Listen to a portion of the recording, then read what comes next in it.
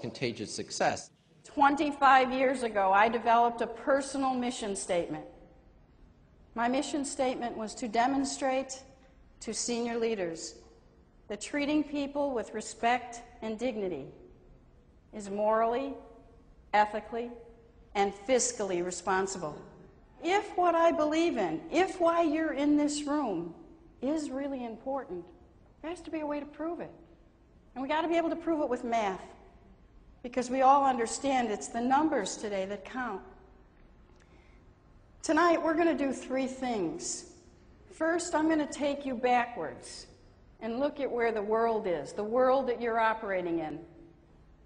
You all know about the economic environment, but I want to put this in context because the world we're operating in economically is critical to understand. And secondly, I'm going to go over the research that we've talked about. And last, we're going to show you how you might be able to apply some of this information to your companies and maybe spread success. We at the Center for High Performance believe the economic environment is like a perfect storm, that many things are converging at the same time, and that things have fundamentally changed. And some of that is the economic realities that we're dealing with. What are some of those economic realities you deal with every day? So this perfect storm, these economic realities, these financial realities, and the workforce dynamics are all happening at the same time. And in order to compete in that environment, we do need to differentiate, and that differentiation is going to come through our people. So what we did at the Center for High Performance is we said, if that's going on, what is it that's going to make you successful today? And we did a study to determine what were the factors that accelerate profitable growth in this economic environment. We decided to study knowledge workers, people like you, people who are paid to use information to drive business results. In this world where innovation is critical to success, your knowledge workers are going to drive that innovation. That doesn't mean that your other workers might not innovate. It means they're going to be led and managed by a knowledge worker. So what we decided to do was study knowledge workers' experience in their group, the group they affiliated with at work. You might say, why that? I'm going to ask you, how many of you, because I'm going to assume since you're in this room and you chose to come here tonight, that you're high potential, high performers and brilliant people.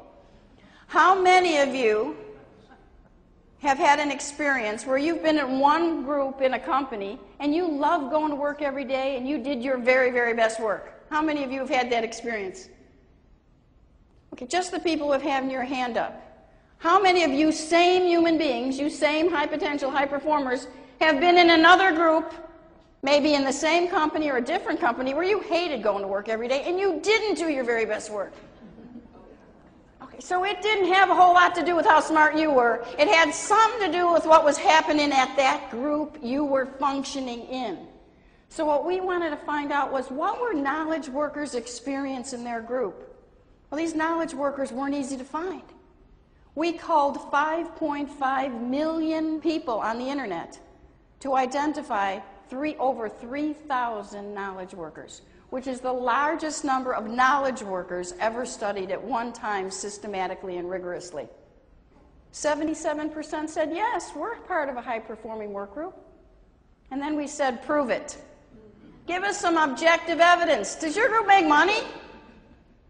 From the years 2000 to 2004, did you consistently make money for your company and do something new? A new product, new service, new market, but we were so fair. A new way of doing business, a process improvement. Against that criteria, what do you think happened to this number? What? It went down. Yeah, it went down substantially. Only 10% could support the claim. Now, I want you to think about that for a moment. That means 90% of the highest paid, best educated people from the top companies in the world were not making money and driving innovation from their firms. We heard story after story that sounded like this. Oh yes, our group used to be high performing, and then they cut our budget, cut our resources, cut our staff, and raised our target. There's this popular saying in business today that we have to do more with less. Our study wonders if we're not getting less with less. This speech tonight isn't about bad news, it's about good news. How do you make success contagious? Well, remember that 10% high-performing groups and those 38% non-performing groups? We decided to look at what was the biggest differences between those groups that were high-performing and non-performing. In most quantitative research, what they do is they look at highest scores. Highest scores in our survey were they knew their customer, they met their customer needs, and they knew their business. I would suggest if you're not doing that, you should close your door. What we wanted to find out is what separated the high-performing groups from the non-performing groups.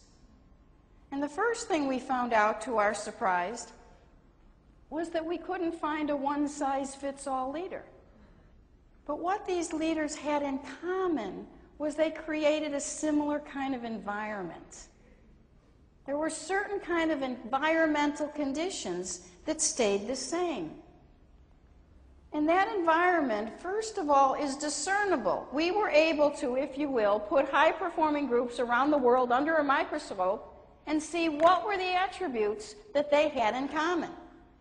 More importantly, we were able to quantify that the prevalence of these attributes correlated to making money and driving innovation. The opposite was also true. The absence of these attributes correlated to not making money and driving innovation. Because they are discernible and quantifiable, they're replicable. They can be copied. The first thing that drove high performance around the world by a huge margin was that people in high-performing groups felt valued. What does that mean when asked? Smart people were treated like they were smart. They were told what to do, not how to do it. In high-performing groups, people were having a good time. It was fun to be part of their group. What was fun? Not parties and celebrations, the thrill of getting results. The second thing that drove high performance around the world was the ability to optimize critical thinking. What does that mean? Well, in high-performing groups, they have a secret sauce. And the secret sauce was the way they protect the group. So the leaders protect the group so the people in the group can do their work. Now, some of that protection is very positive. Some of that protection is just knowing how to work the system, go through the politics, get the budget, find the resource, know the right person to talk to. And on our quantitative research, we documented that when the company and the leader worked together to protect the group was higher performing. However, in the stories we were told qualitatively, we found that a lot of that interference was to combat company interference, policies and procedures that got in the way of people doing their job.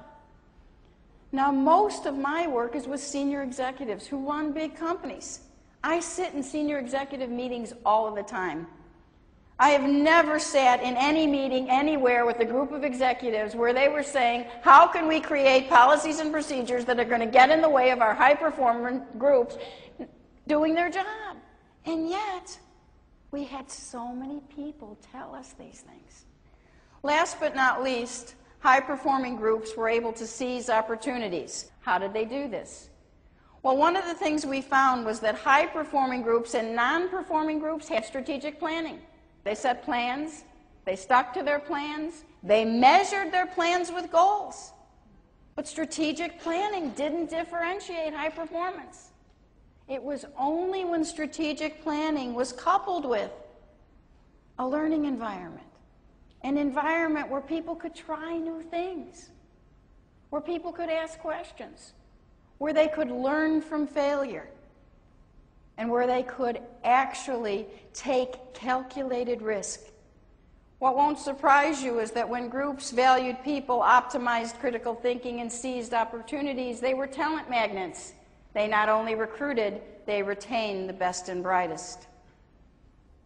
You give your people really good training.